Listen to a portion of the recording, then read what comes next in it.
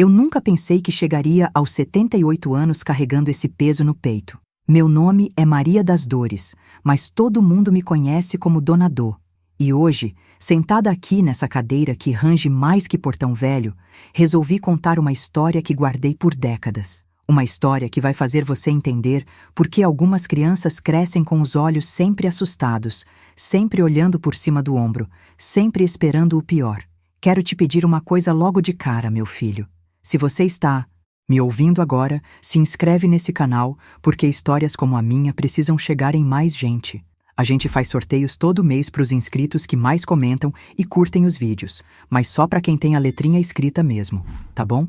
Isso aqui não é só entretenimento, é sobre salvar vidas. Cada inscrito é uma pessoa a mais que pode entender os sinais. Nasci em 1946, em Petrolina, sertão de Pernambuco, numa época que menina não tinha voz, não tinha vez, não tinha nada.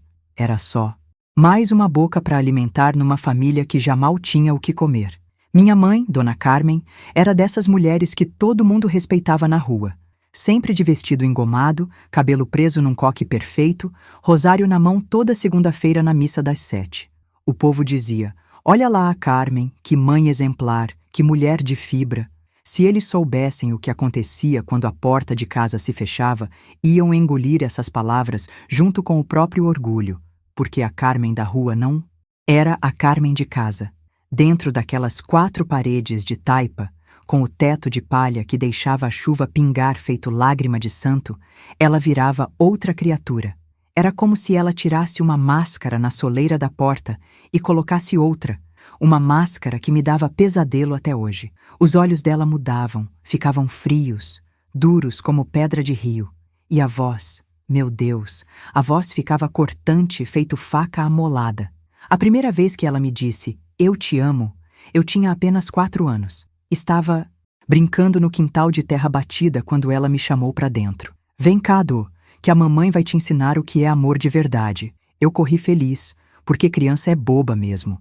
Acha que amor é igual às histórias que a gente ouve por aí. Mas o amor da minha mãe vinha embrulhado em espinho. Ela me segurou pelos braços, apertou forte e sussurrou no meu ouvido: "Amor de verdade dói, minha filha. Mulher que não aprende cedo vira galinha na mão de homem depois." Eu não entendia nada do que ela estava dizendo, mas sentia que alguma coisa estava muito errada. O aperto dos dedos dela no meu braço deixou marca roxa que durou dias. E quando eu chorei, ela tampou minha boca com a mão e disse: "Não faz escândalo, que vizinho não precisa saber de nada. Isso é carinho da mamãe, carinho que machucava, amor que deixava marca, afeto que vinha com ameaça." Era assim que começava a minha educação sentimental. Minha casa era pequena, 2 peças e uma cozinha que mais parecia buraco. O chão era de chão mesmo, terra socada que levantava poeira quando ventava. As paredes tinham frestas que deixavam o vento passar, e de noite os grilos cantavam tão alto que pareciam estar dentro do quarto. Mas o barulho que mais me assombrava era o das chinelas da minha mãe no chão. Quando eu ouvia aquele tink-tink se aproximando, meu coração disparava feito cavalo assombrado. A gente dividia a casa só nós duas, porque meu pai tinha ido embora quando eu era bebê. Pelo menos foi o que ela me contou. Homem nenhum presta, Dô. Por isso que eu preciso te ensinar direito, para você não sofrer na mão deles depois.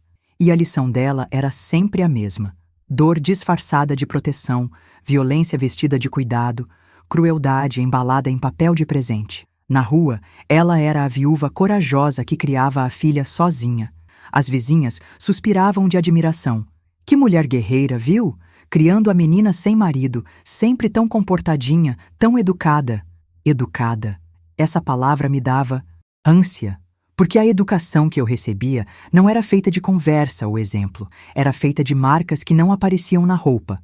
Lembro de uma tarde de sol rachando que ela me chamou na cozinha. Eu estava com 5 anos, ainda acreditava que mãe era igual anjo protetor. "Senta aqui, minha filha, que a mamãe vai te explicar umas coisas da vida." Eu sentei naquele banquinho de madeira tosca, balanceando as perninhas que não alcançavam o chão. Ela começou a falar sobre como o mundo era perigoso, como o homem era bicho ruim, como eu precisava aprender a me defender. E quem ama, ensina. Quem ama, prepara. O que veio depois daquela conversa me marcou mais que ferro em gado. Ela disse que ia me mostrar como o homem maltratava a mulher, para eu aprender a me proteger. Mas a demonstração dela não era teatrinho, não era brincadeira. Era real, era dolorosa, era confusa na minha cabeça de criança que só queria brincar de boneca de palha. Não chora, que isso é para teu bem. Mulher, fraca, vira presa fácil. Eu chorava escondido no quintal, abraçada numa galinha carijó que era minha única companhia. Perguntava para ela por que o amor da minha mãe doía tanto, por que carinho tinha gosto de lágrima. A galinha cacareava baixinho, como se entendesse minha dor. Às vezes, eu pensava em contar para alguém, mas para quem? Todo mundo achava minha mãe um exemplo de virtude. E assim foram passando os dias, os meses, os anos. Eu crescendo torta por dentro, aprendendo que afeto era moeda de troca, que carinho vinha sempre com preço, que amor era palavra perigosa que podia significar qualquer coisa. Aos 7 anos, eu já não acreditava mais em abraço gratuito, em beijo sem interesse, em palavra doce sem veneno escondido. Era como se cada célula minha soubesse que mais um dia de provação estava começando. Minha mãe já estava de pé, sempre de pé antes de todo mundo, como se o sono fosse luxo que ela não podia se dar. O café da manhã era farinha com rapadura quando tinha, às vezes só água com açúcar mascavo. Mas o que pesava mesmo não era a fome no estômago, era o clima de cemitério que pairava sobre a mesa. Ela me olhava com aqueles olhos que pareciam estar sempre me julgando, sempre me pesando, sempre me achando em falta. Come direito, Dô, que mulher magra demais não arranja marido bom. Eu tinha 7 anos, e ela já falava de marido como se fosse castigo inevitável. Foi nessa época que ela começou com as lições mais pesadas. Dizia que eu estava ficando mocinha, que precisava aprender sobre a vida de verdade, não aquela vida de faz de conta que criança vive. O mundo lá fora é cheio de lobo disfarçado de cordeiro, minha filha. E mãe que presta não deixa a filha sair desprevenida pro meio. Mundo. As lições dela vinham sempre depois do almoço, quando o sol estava mais forte e todo mundo dormia à sesta. Era o horário que ela escolhia para me educar. Eu não vou entrar em detalhes que possam chocar demais quem está me ouvindo, mas posso dizer que o que ela chamava de educação era uma mistura de violência física e psicológica, que deixava marcas que vão muito além da pele. Ela dizia que estava me preparando para a vida, me ensinando a ser forte, me mostrando como o mundo era cruel para a mulher. É melhor você aprender comigo, que te amo, do que com um estranho que só quer te usar. E se essa mensagem já tocou seu coração de alguma forma, se você sente que precisa apoiar para que mais pessoas ouçam histórias como essa, clique em Valeu demais. Esse gesto pequeno ajuda a manter viva essa missão de levar luz a quem já perdeu a esperança. Sua ajuda faz toda a diferença para que eu continue contando essas verdades. O pior de tudo não era nem a dor física, era a confusão na minha cabeça de menina. Porque ela misturava carinho com crueldade de um jeito que me deixava completamente perdida. Depois de me machucar, ela me abraçava e dizia: "Perdoa a mamãe, minha filha, mas isso é por amor. Um dia você vai entender." E eu, boba, ficava ali querendo acreditar que aquilo era cuidado, que aquela dor toda tinha algum sentido. As vizinhas continuavam elogiando minha educação. "Que menina comportada, Dona Carmen. Nunca faz barulho, nunca dá trabalho." Claro que eu não fazia barulho. Tinha aprendido cedo que qualquer som alto, qualquer reclamação, qualquer sinal de resistência era motivo para castigo dobrado. Eu vivia na ponta dos pés, sempre alerta, sempre com medo de respirar errado. Tinha uma vizinha, Dona Josefa, que às vezes me olhava com cara de desconfiança. Acho que ela desconfiava de alguma coisa, porque eu era pequenininha demais para a idade, sempre assustada, sempre colada na saia da minha mãe como se fosse sombra. Um dia, ela me chamou no quintal e perguntou: "Dô, você tá bem em casa? Sua mãe trata você direito?" Eu quase abri a boca para contar tudo, mas aí lembrei das ameaças da minha mãe. "Se você for inventar história por aí, ninguém vai acreditar. E eu vou saber. E aí você vai ver o que é castigo de verdade." Então eu respondi para Dona Josefa: "Tô sim, dona. Minha mãe cuida bem de mim." E vi a desconfiança nos olhos dela se transformar em pena. Ela deve ter pensado que eu era só uma menina tímida. Mesmo. Como ela podia imaginar que por trás daquela fachada de família cristã e respeitável se escondia um inferno particular? A igreja era nosso teatro principal. Todo domingo minha mãe me vestia com meu vestidinho menos remendado, penteava meu cabelo com óleo de mamona e me levava para a missa das 8. Sentávamos sempre no terceiro banco, do lado direito, onde todo mundo podia ver nossa devoção. Ela rezava alto, cantava os hinos com voz firme, fazia questão de cumprimentar o padre na saída. Padre João, abençoe minha filha, que ela cresça no caminho do Senhor. E eu ali do lado, fingindo a menina santa, mas por dentro era só escuridão e confusão. Ouvia o padre falar de amor, de perdão, de Deus Pai que cuidava dos filhos e pensava: se Deus é pai igual minha mãe é mãe, então eu não quero conhecer esse Deus. Porque na minha cabeça de criança machucada, amor era sinônimo de dor, cuidado era sinônimo de controle, proteção era sinônimo de prisão. As outras crianças brincavam no pátio da igreja depois da missa, corriam, riam, faziam aquela zoada gostosa de gente feliz. Eu ficava parada ao lado da minha mãe, quieta como estátua, porque brincar era luxo que eu não podia me dar. Menina direita não fica se misturando com qualquer um do. Você é diferente dessas aí. Diferente. Essa palavra me perseguia. Eu era diferente porque carregava nas costas um peso que criança não devia carregar. À noite, quando deitava no meu cantinho da cama que dividia com ela, eu ficava olhando para o teto de palha e imaginando como seria ser igual às outras meninas. Ter mãe que contasse história de princesa antes de dormir, que fizesse cafuné no cabelo, que dissesse boa noite, minha filha, sem vir junto a ameaça do que podia acontecer no dia seguinte. Mas minha realidade era bem diferente. Era deitar sabendo que qualquer barulho, qualquer movimento errado podia despertar a fera que dormia do meu lado. E assim eu fui crescendo, aprendendo que o mundo era lugar perigoso não por causa dos estranhos lá fora, mas por causa de quem deveria me proteger dentro de casa. Aprendendo que amor era a palavra que podia significar qualquer coisa, menos segurança e paz. Mulherzinha, que meu corpo estava mudando, que eu precisava aprender sobre coisas que mulher precisa saber. Você não é mais criança. E mulher que não aprende cedo sobre essas coisas vira presa fácil de homem safado. O jeito que ela falava sobre o meu próprio corpo me dava nojo de mim mesma. Era como se eu fosse alguma coisa suja, perigosa, que precisava ser controlada e castigada antes mesmo de fazer qualquer coisa errada. Ela me examinava como se fosse médico, comentava cada mudança, cada sinal de que eu estava crescendo, sempre com aquele tom de desaprovação, como se crescer fosse crime que eu estava cometendo. Foi nessa época que começaram as lições noturnas. Depois que a vizinhança toda já estava dormindo, quando só se ouvia o barulho dos grilos e do vento nas palhas do teto, ela me acordava e dizia que era hora de aprender sobre ser mulher. Acorda, menina, que a vida não vai te dar moleza. É melhor você aprender comigo, que sou sua mãe, do que descobrir na marra com qualquer um por aí. O que acontecia naquelas noites, meu filho, é coisa que até hoje me dá pesadelo. Ela dizia que estava me preparando para o casamento, me ensinando como satisfazer marido, me mostrando como mulher tem que ser obediente e submissa. Mas, na verdade, o que ela estava fazendo era destruindo qualquer chance que eu pudesse ter de um dia entender o que era amor de verdade, afeto de verdade, intimidade de verdade. Eu chorava, implorava para ela parar, dizia que não queria aprender aquelas coisas, que queria só ser criança ainda. Mas ela ficava furiosa quando eu resistia.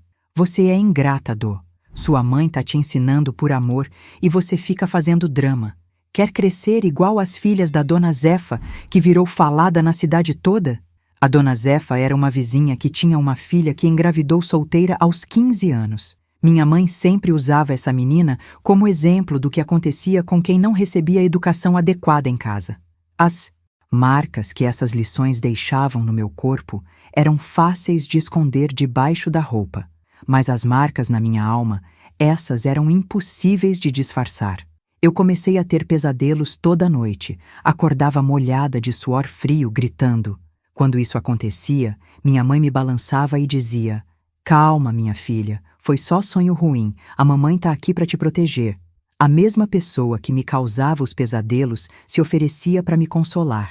Era uma loucura que minha cabeça de criança não conseguia processar. Na escola, que era uma sala pequena com chão de terra batida, onde a professora ensinava meninos e meninas de idades diferentes ao mesmo tempo, eu comecei a me isolar. Não brincava mais no recreio, não falava com ninguém, só ficava sentada no cantinho olhando para os outros. A professora, Dona Lourdes, percebeu minha mudança e um dia me chamou depois da aula. Dô, o que está acontecendo com você, menina? Você era tão esperta, sempre participava da aula e agora parece que está em outro mundo. Ela se agachou na minha frente, pôs a mão no meu ombro e olhou nos meus olhos com carinho verdadeiro. Foi a primeira vez em muito tempo que alguém me tocou sem doer, sem assustar, sem ter segundas intenções. Quase chorei ali mesmo, mas eu não podia contar nada. As ameaças da minha mãe ecoavam na minha cabeça. Se você for inventar mentiras sobre mim, ninguém vai acreditar. Todo mundo sabe que sou mãe exemplar. Vão dizer que você é uma menina mentirosa e mal, agradecida. E eu vou saber que você me traiu. E aí você vai conhecer o que é castigo de verdade. Então eu respondi para Dona Lourdes. Não é nada não, professora. Só tô com sono mesmo. Ela não ficou convencida, mas também não insistiu. Hoje eu penso como seria diferente se ela tivesse insistido, se tivesse procurado entender melhor, se tivesse questionado mais. Mas naquela época, década de 1950, no interior de Pernambuco, criança não tinha voz mesmo. E questionar família alheia era coisa que ninguém fazia. Em casa, as coisas só pioravam. Minha mãe começou a ter ataques de ciúme que não faziam sentido nenhum. Se algum vizinho me cumprimentava na rua, se o vendedor de rapadura sorria para mim, se o padre falava comigo na igreja, ela ficava possessa. Você tá dando confiança demais pros homens, Dô. Tá vendo como eles já estão de olho em você? Por isso que eu preciso te vigiar, te ensinar a se comportar. A vigilância dela virou obsessão. Ela me seguia quando eu ia buscar água no poço, ficava me espiando quando eu estava no quintal. Não me deixava mais nem conversar com as outras meninas da vizinhança. Mulher que presta não fica se misturando com qualquer uma. Você é diferente. Você tem educação. Educação. Essa palavra tinha virado maldição na minha vida. Os domingos eram os piores dias, porque eram os dias que ela tinha mais tempo para se dedicar à minha educação. Depois da missa, quando chegávamos em casa, ela trancava a porta e começava as lições que duravam até a hora de dormir. Hoje você vai aprender sobre obediência, Dô. Mulher que não é obediente com a mãe, não vai ser obediente com o marido. E marido não gosta de mulher rebelde. Eu já estava com 10 anos quando percebi que algumas das outras meninas da minha idade começaram a me olhar estranho. Não sei se elas desconfiavam de alguma coisa ou se apenas notavam que eu era diferente demais, quieta demais, assustada demais. Uma delas, a Raimunda, chegou perto de mim um dia e perguntou: Dô, por que você nunca brinca com a gente? Por que você sempre parece com medo? Por um momento, pensei em contar tudo.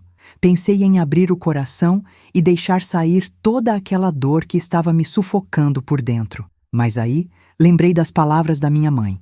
Ninguém vai acreditar em você. Todo mundo sabe que você tem mãe santa. Vão pensar que você é ingrata e mentirosa. Então eu só respondi: não tenho medo de nada não, Raimunda. É que minha mãe não gosta que eu ande com todo mundo. E assim eu continuei sozinha, carregando aquele peso imenso nas costas, fingindo que estava tudo normal, enquanto por dentro eu ia morrendo um pouquinho a cada dia. Não sabia ainda, mas o pior ainda estava por vir. Se você chegou até aqui e sente que essa história precisa ser ouvida por mais pessoas, se inscreve no canal e deixa seu like. Compartilha com quem você acha que precisa ouvir isso. Às vezes uma história como a minha pode salvar uma criança que está passando pela mesma coisa e não sabe que não é normal, que não é amor, que não é educação. Conta pra mim nos comentários. Você já passou por algo parecido? Conhece alguém que passou? O que você faria se desconfiasse que uma criança perto de você está sofrendo assim? Da minha idade, e era como se eles fossem de outro planeta. Um planeta onde ainda existia inocência, brincadeira, alegria. Eu tinha perdido tudo isso há muito tempo, se é que um dia tive. Foi nessa época que minha mãe começou a receber visitas de um homem. Seu Genésio, ele se chamava. Era um viúvo de uns 50 anos, meio calado, que mexia com criação de cabras numa propriedade pequena perto da cidade. Minha mãe ficava toda derretida quando ele aparecia. Fazia um café mais caprichado, arrumava o cabelo, até sorria diferente. Era estranho ver ela fingindo ser mulher normal, mulher que podia gostar de alguém sem machucar. Mas eu logo descobri que a presença do seu Genésio não ia trazer alívio nenhum para minha vida. Pelo contrário, minha mãe começou a usar ele como desculpa para intensificar minha educação. Seu Genésio pode ser um bom partido para você no futuro, mas homem só casa com mulher preparada, mulher que sabe seus deveres. Tenho que te ensinar direito, senão você vai perder uma oportunidade dessas. Eu tinha 11 anos e ela já estava planejando meu casamento com um homem de 50. A ideia me dava tanto nojo que eu vomitava só de pensar. Mas quando tentava protestar, ela ficava furiosa.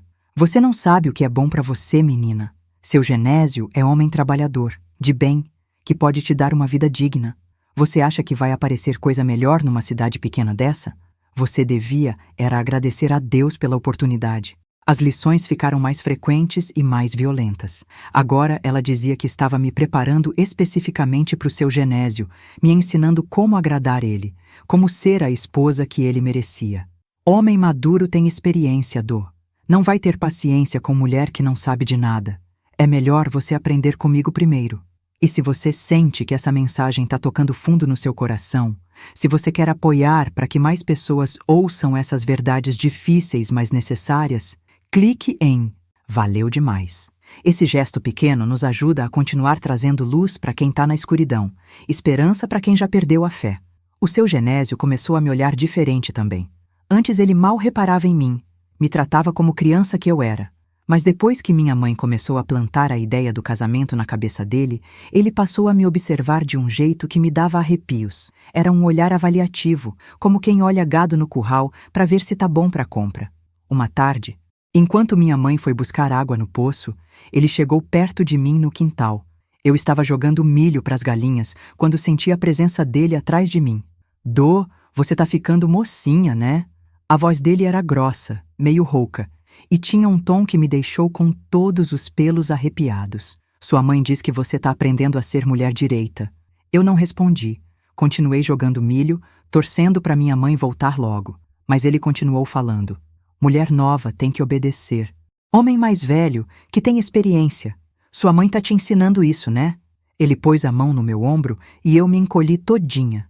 Não fica com medo de mim, menina. Eu vou ser bom para você. Quando minha mãe voltou e viu a gente conversando, ela sorriu satisfeita. Tão se conhecendo melhor? Que bom. Vai fazer um café pro seu Genésio. E eu fui, com as pernas bambas, sentindo os olhos dele grudados em mim enquanto eu me mexia pela casa. Era como se eu fosse mercadoria que eles estavam negociando. Naquela noite, minha mãe me chamou para uma conversa séria. Seu Genésio gostou muito de você.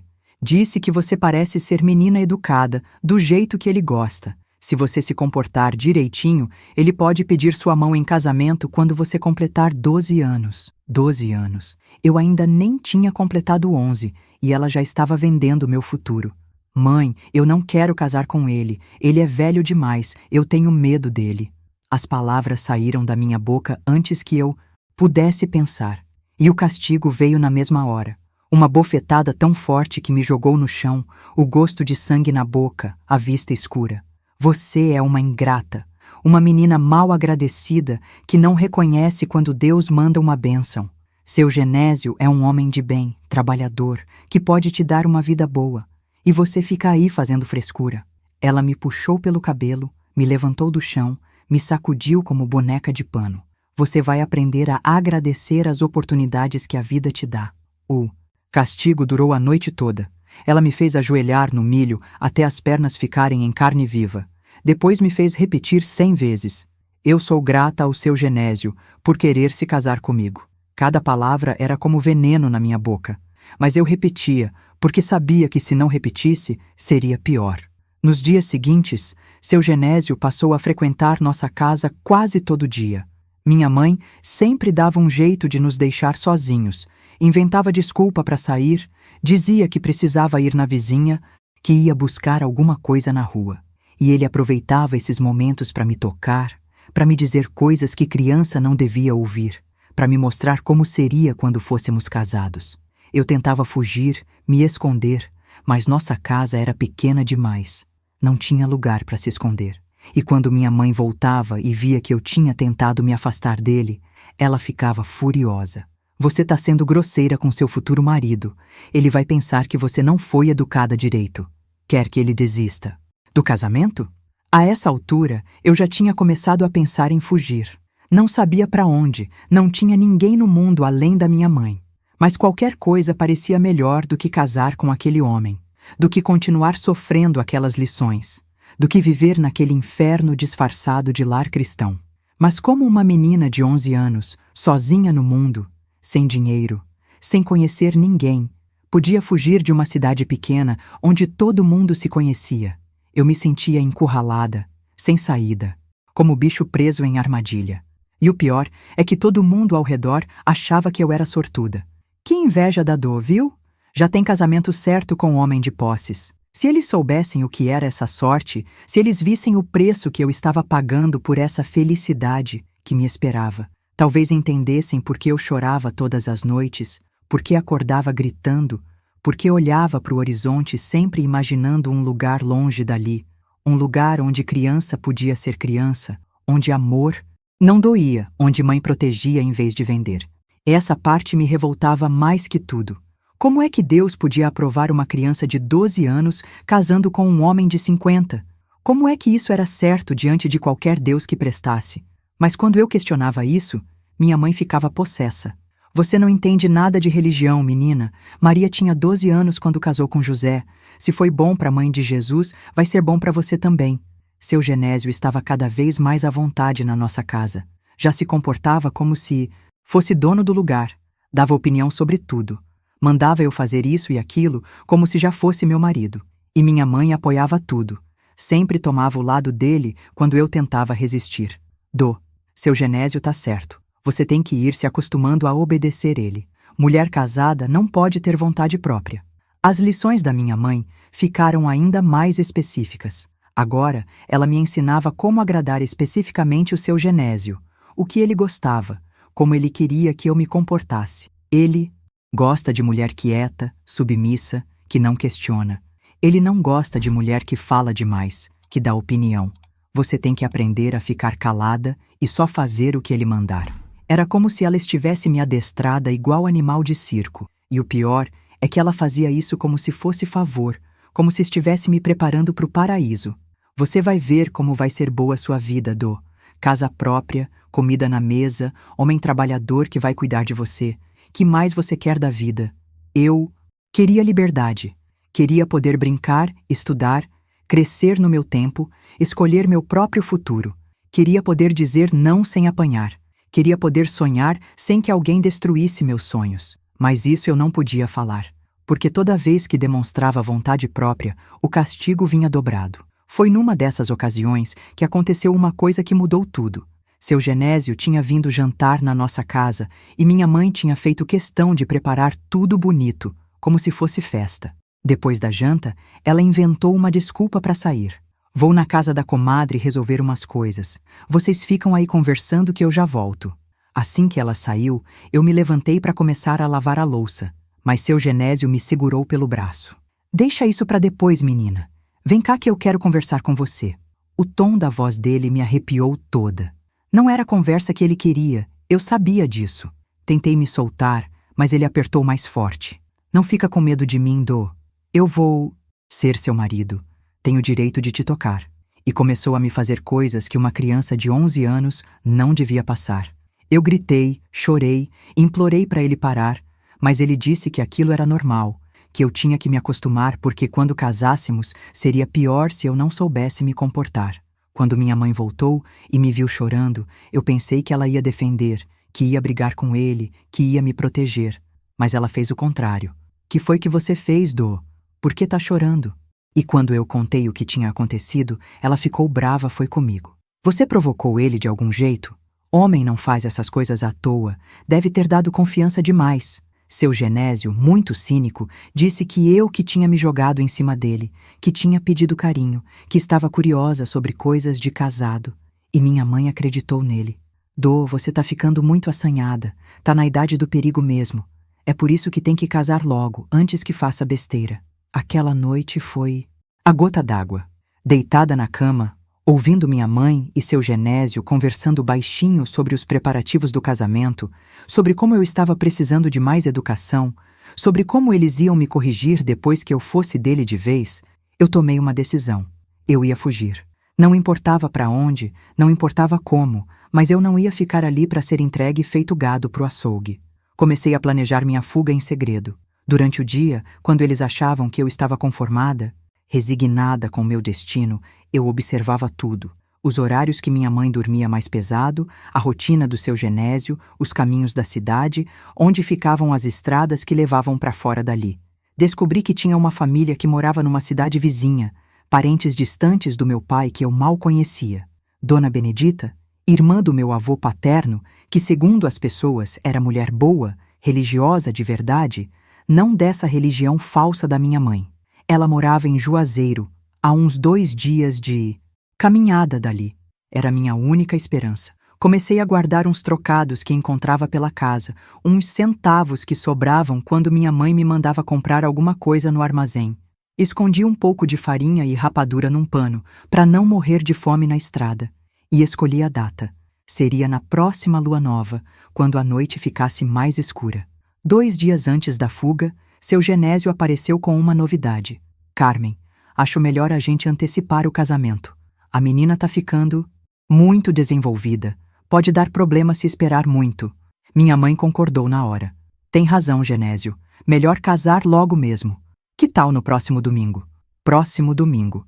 Isso me dava apenas 5 dias. 5 dias para executar meu plano ou virar esposa de um homem que me dava nojo, medo, asco.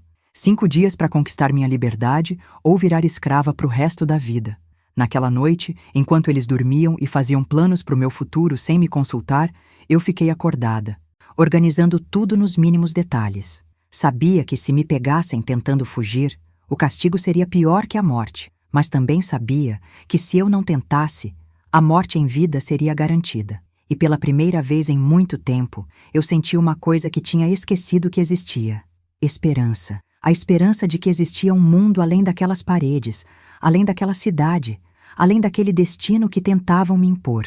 Um mundo onde criança podia ser criança, onde escolha existia, onde amor não era sinônimo de dor. Noiva obediente que eles queriam ver. Depois da janta, fingi estar com dor de cabeça e me deitei cedo. Esperei até ouvir os roncos da minha mãe e os passos pesados do seu Genésio se afastando da nossa casa. Ele tinha ido dormir na casa dele, mas voltaria cedo no dia seguinte para continuar os preparativos. Era minha única chance. Me levantei devagar, peguei o fardinho pequeno que tinha escondido debaixo da cama, um pouco de farinha, rapadura, os poucos centavos que tinha juntado e uma muda de roupa.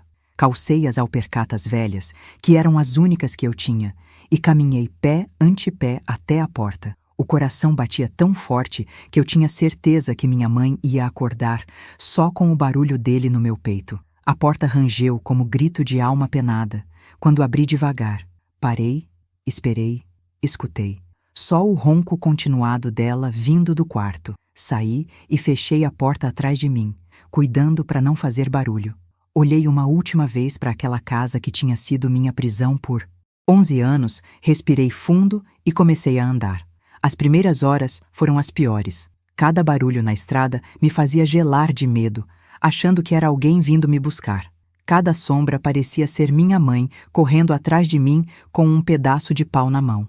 Eu conhecia bem a fúria dela quando era contrariada e sabia que se me pegasse, não ia sobrar nada de mim para contar história. Caminhei a noite toda pela estrada de terra, seguindo a direção que tinha decorado, ouvindo as conversas dos viajantes que passavam pela nossa cidade. Juazeiro ficava pro lado onde o sol nascia, atravessando 2 cidades pequenas e uma região de Caatinga que diziam ser perigosa por causa dos bandidos. Mas nada podia ser mais perigoso que continuar naquela casa.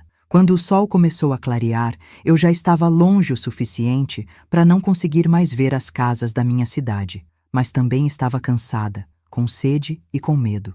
Tinha passado a noite toda andando e as pernas já não aguentavam mais. Procurei uma sombra debaixo de um juazeiro grande e sentei para descansar um pouco. Foi ali, comendo um pedacinho da rapadura e olhando para o horizonte imenso da Caatinga, que eu me dei conta do que tinha feito. Eu era uma menina de 11 anos, sozinha no mundo, sem conhecer ninguém, tentando chegar numa cidade que talvez nem existisse, procurar uma parenta que talvez nem quisesse me receber. Mas mesmo assim, mesmo com todo o medo, eu me senti mais livre do que nunca tinha me sentido na vida. E se essa mensagem está tocando seu coração, se você quer apoiar para que mais pessoas ouçam sobre coragem, sobre não aceitar o inaceitável, clique em Valeu Demais. Sua ajuda é o que nos permite continuar trazendo essas histórias de luta e superação. O segundo dia de caminhada foi mais difícil que o primeiro. O sol estava rachando, a água tinha acabado, e eu comecei a sentir que talvez tivesse cometido o maior erro da minha vida. Mas aí, eu lembrava do olhar do seu Genésio, das mãos dele em mim, dos planos que eles tinham para o meu futuro e continuava andando. Foi no final da tarde que encontrei a primeira alma caridosa da minha jornada. Uma senhora que vinha voltando da feira numa carroça puxada por um jumento, viu eu caminhando e parou. Menina, que você está fazendo sozinha nessa estrada? Cadê sua família? Inventei uma mentira na hora. Disse que estava indo visitar uma tia em Juazeiro, que minha mãe tinha adoecido e não podia me acompanhar. A senhora, Dona Raimunda, ela se chamava, ficou com pena e me ofereceu uma carona até a próxima cidade. Não posso te levar até Juazeiro, que não é meu caminho, mas pelo menos te deixo na Petrolândia. De lá você pega outra condução. Durante a viagem na carroça, Dona Raimunda foi me fazendo perguntas, tentando entender minha história. Eu tinha que ser esperta, não podia contradizer as mentiras que tinha contado, mas também não podia dar muitos detalhes que pudessem me entregar. Felizmente, ela era uma senhora boa, mais preocupada em me ajudar do que em me interrogar. Em Petrolândia, ela me indicou uma família conhecida que podia me dar pouso por uma noite. Fala que foi a Raimunda do Outeiro que mandou. Eles são gente boa, vão cuidar de você. E assim, de bondade em bondade, de coração caridoso em coração caridoso, eu fui conseguindo chegar mais perto do meu destino. A família que me recebeu era simples, pobres como nós, mas tinham uma coisa que nunca tinha visto em casa: alegria. As crianças brincavam, riam, faziam bagunça, e os pais não gritavam, não batiam, não ameaçavam. Só pediam para fazer menos barulho quando estava muito alto. Era como ver um mundo novo, um mundo que eu não sabia que existia. Naquela noite, deitada numa esteira no chão junto com as outras crianças da família, eu chorei pela primeira vez desde que tinha saído de casa. Não chorei de tristeza, de medo ou de dor. Chorei de alívio, de esperança, de gratidão por ter encontrado gente boa no mundo. E ali eu entendi que tinha tomado a decisão certa, que valia a pena todo o medo, todo o perigo, toda a incerteza. No dia seguinte, a dona da casa me arrumou uma carona com um vizinho que ia para Juazeiro vender umas cabras. Ele é homem de confiança, pode ir sem medo. E assim, no terceiro dia da minha fuga, eu cheguei à cidade onde esperava encontrar um novo começo. Juazeiro era maior que minha cidade natal, com mais movimento, mais gente, mais barulho. Perguntei por Dona Benedita num armazém perto da entrada da cidade e o dono me indicou o caminho. É lá pro fim da rua da igreja, numa casinha azul com cerca de madeira. Mas cuidado, menina, que ela é meio desconfiada com o estranho. Quando cheguei na frente da casa e bati na porta, meu coração quase saiu pela boca. E se ela não me recebesse? E se não acreditasse na minha história? E se me mandasse de volta? Mas quando a porta se abriu e eu vi o rosto dela, uma senhora de cabelos brancos e olhos bondosos, eu soube que estava no lugar certo. Você é filha de quem, menina? Foi a primeira coisa que ela perguntou. E quando eu disse que era filha do finado João, irmão do pai dela, os olhos dela se encheram de lágrimas. Meu Deus do céu, você é igualzinha ao meu irmão quando era criança. Entre, minha filha, entre. E ali, naquela casa simples, mas cheia de amor verdadeiro, começou uma nova fase da minha vida. Uma fase que me provaria que nem todo adulto era igual minha mãe, que nem Todo lar era prisão, que amor podia existir sem dor, sem chantagem, sem violência. Aconteceu que você tá aqui sozinha? O jeito dela perguntar era tão diferente do jeito da minha mãe. Não tinha ameaça, não tinha julgamento, só preocupação sincera. Mesmo assim, demorei para conseguir contar tudo. Como é que eu ia explicar para uma senhora religiosa, respeitável, que minha própria mãe tinha feito comigo coisas que nem animal faz com cria? Comecei devagar, testando o terreno. Falei que minha mãe queria me casar com um homem muito mais velho, que eu tinha medo que não queria. Dona Benedita franziu a testa. Casar? Com que idade você tá, menina? Quando disse que tinha 11 anos, ela quase levantou da cadeira. 11 anos? Mas isso é absurdo. Criança dessa idade tem que estar brincando, estudando, não pensando em casamento. A reação dela me deu coragem para contar mais. Falei do seu Genésio, da diferença de idade, de como ele me olhava, de como tinha me tocado. Dona Benedita ficou cada vez mais revoltada. Que desgraçado! E sua mãe sabia disso tudo? Quando confirmei que minha mãe não só sabia como apoiava, como tinha sido ela mesma quem arranjou tudo, Dona Benedita ficou branca igual cal. Minha filha, isso não é mãe coisa nenhuma. Mãe protege filho, não entrega para lobo. Você fez certo em fugir.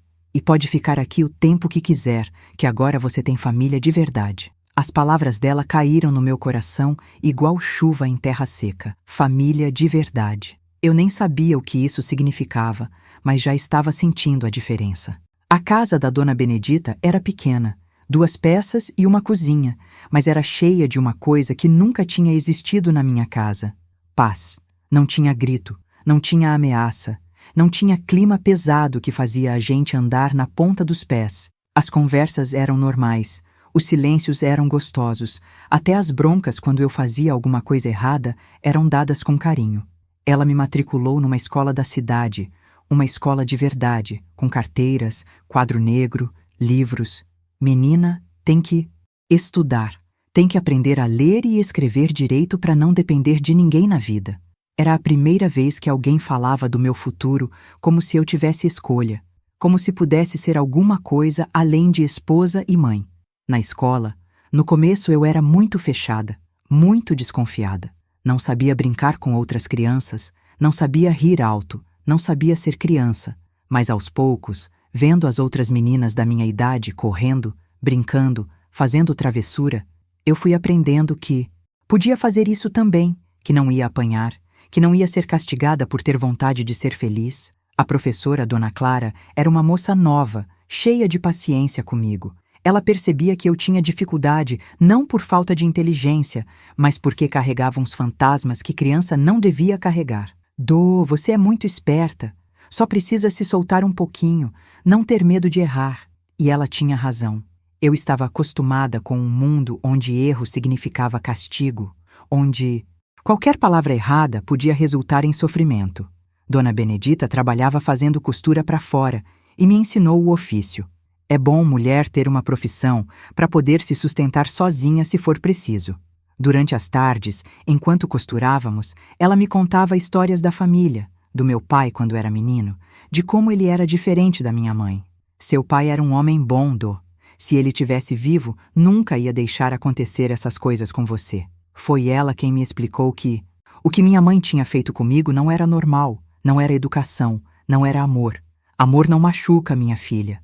Amor protege, cuida, faz a gente se sentir segura.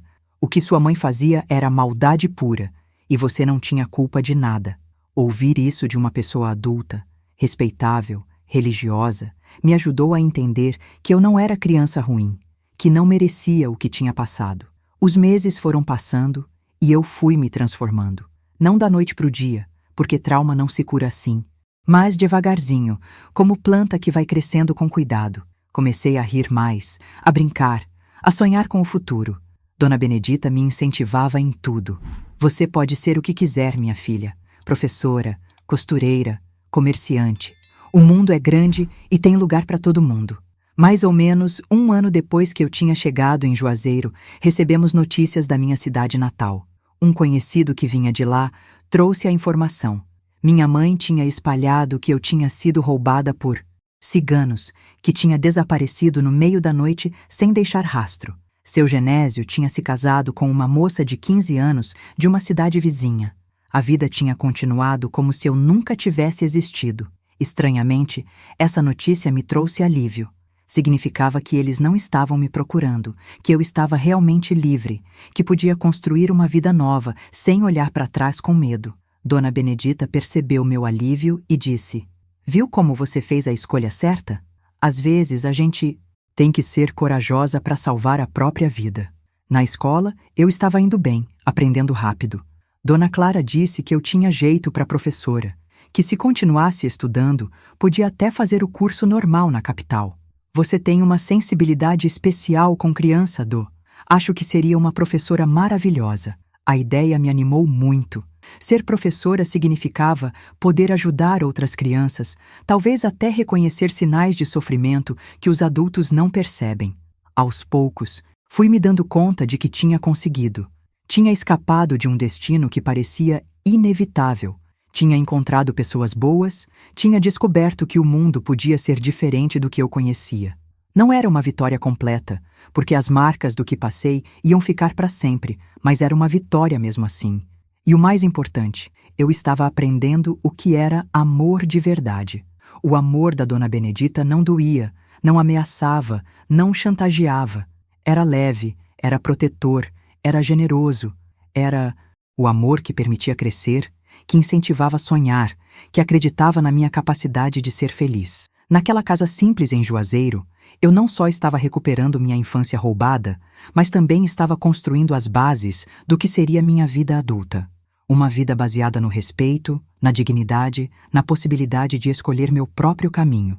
Daquela menina de 11 anos que decidiu que não ia aceitar o destino que tentaram impor para ela. Foram muitos anos de construção, de cura, de aprendizado, mas posso dizer com certeza, valeu cada passo daquela fuga, cada noite de medo na estrada, cada lágrima derramada. Dona Benedita viveu até os 89 anos, tempo suficiente para me ver crescer, me formar professora, casar por amor com um homem bom, ter meus filhos e criar eles com o amor verdadeiro que aprendi com ela. Foi ela quem me ensinou que família não é só sangue, é quem cuida, quem protege, quem ama sem machucar. Foi minha mãe de verdade, aquela que o destino me deu para compensar a que a natureza me deu. Me formei professora como Dona Clara tinha previsto e trabalhei 35 anos ensinando crianças. E ao longo desses anos, quantas vezes eu não reconheci em alunos meus os sinais que eu mesma tinha dado quando era pequena. Criança muito quieta, muito assustada, muito comportada demais para a idade. E sempre que isso acontecia, eu sabia exatamente o que fazer.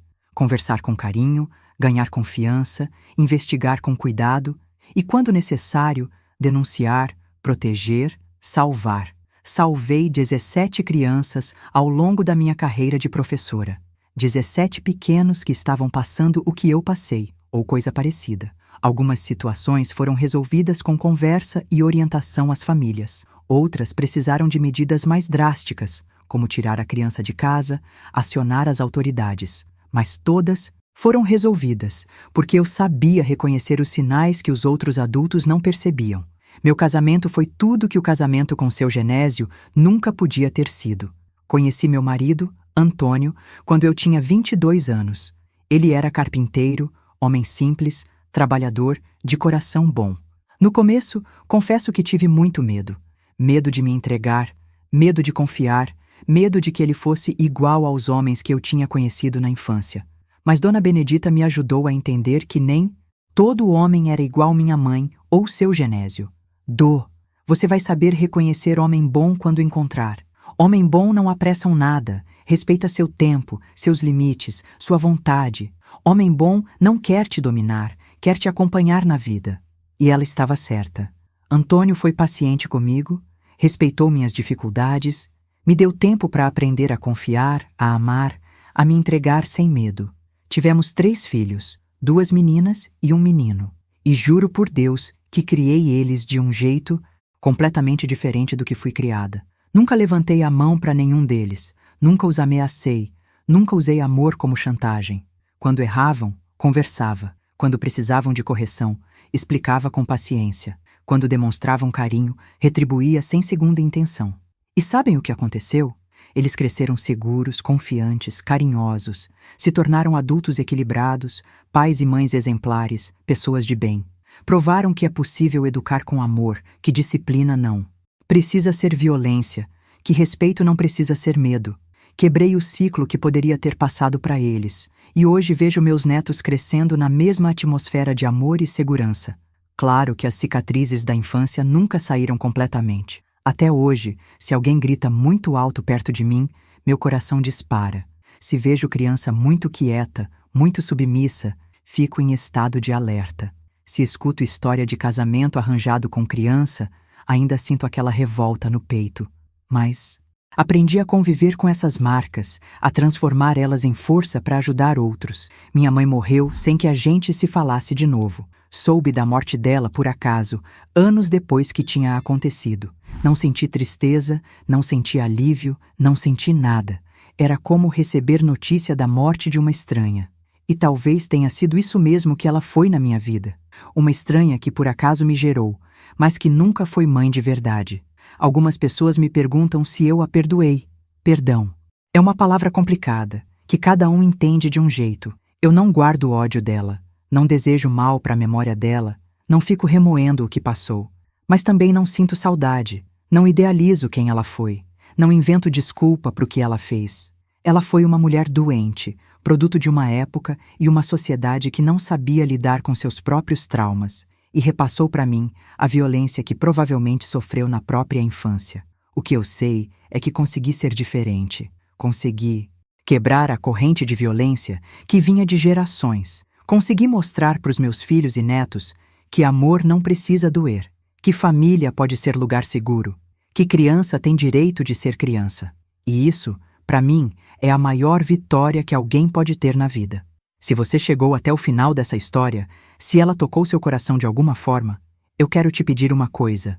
Se inscreve nesse canal e ajuda a espalhar essas palavras para mais gente. Não é só entretenimento que a gente está fazendo aqui, é missão de vida.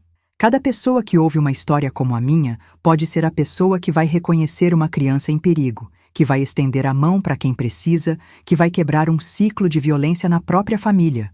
E se você tem criança na sua vida, filho, sobrinho, aluno, vizinho, fica atento aos sinais. Criança muito quieta pode estar com medo. Criança muito obediente pode estar sendo ameaçada. Criança que não brinca, que não ri, que parece adulta demais para idade, pode estar carregando peso que não é dela.